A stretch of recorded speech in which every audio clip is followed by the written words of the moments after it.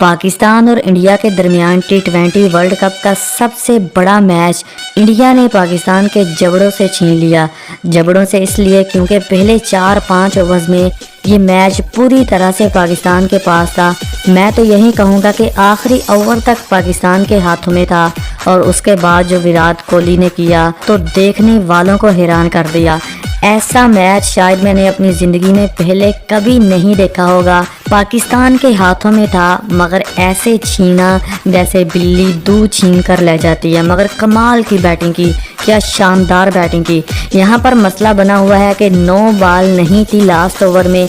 I think वो 9 ball 50-50 थी। सबसे बड़ी हैरानी की बात ये हुई है कि अंपायर ने ये 9 बॉल नहीं दी थी और विराट कोहली के कहने पर ये 9 बॉल दी गई। हुआ कुछ यूँ कि आखिरी ओवर तक ये मैच पाकिस्तान के हाथों में था और इंडिया को 16 रन्स की ज़रूरत थी। जब पहली बॉल पर हार्दिक पांड्या आउट हुए तो थोड़ा सा मैच पाकिस्तान के हाथों में जा चुका था, क्योंकि आखिरी 5 गेंदों पर 16 रन्स की ज़रूरत थी। उसके बाद सिंगल हुआ, फिर डबल हुआ, फिर 9 बॉल पर छक्का लगाया गया। इसके बारे में थोड़ा सा डाउट है कि ये 9 बॉल है या नहीं, क्योंकि विराट कोहली ने 6 लगा दिया था। उसके बाद अंपायर ने इशारा नहीं दिया था कि ये 9 बॉल है। विराट ने अंपायर को कहा कि ये बॉल थोड़ी सी ऊंची है।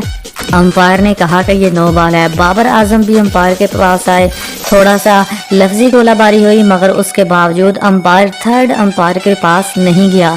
इतना बड़ा मैच हो, आपस में लफ्जी गोलाबारी कर रहे हैं, क्या आप थर्ड अंपायर के पास नहीं जा सकते थे?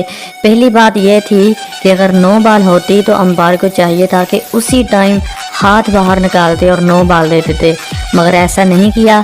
जब आपने ऐसा नहीं किया और विराट कोहली के कहने पर 9 बॉल दी तो उसके बाद आपको थर्ड अंपायर के पास जाना चाहिए था। अगर हम इस बॉल की हाइट को देखें तो ये इतनी ज़्यादा ऊंची भी नहीं है।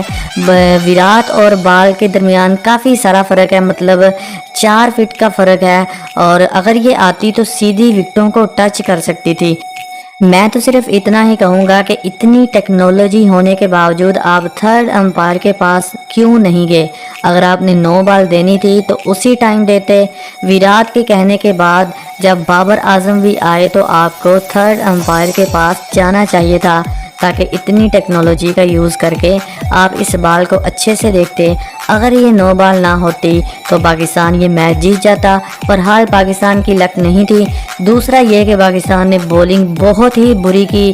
तीसरा ये कि बाबर ने कैप्टनसी बहुत ही ख़राब की। जहां पर इंडिया की विकेट्स गिर रही थी वहां पर अगर शहीन, नसीम या फिर हारिस रऊफ को लगाते तो एक आधी विकेट निकालते, मैच वहीं ख़त्म हो जाना था। बहरहाल विराट कोहली ने आज साबित कर दिया कि मैं ही क्रिकेट का असली किंग हूँ। क्या खूब शानदार बैटिंग की, ताबड़तोड़ हमले किए, शानदार सिक्सेस लगाए और इंडिया को हारा हुआ मैच जितवा दिया।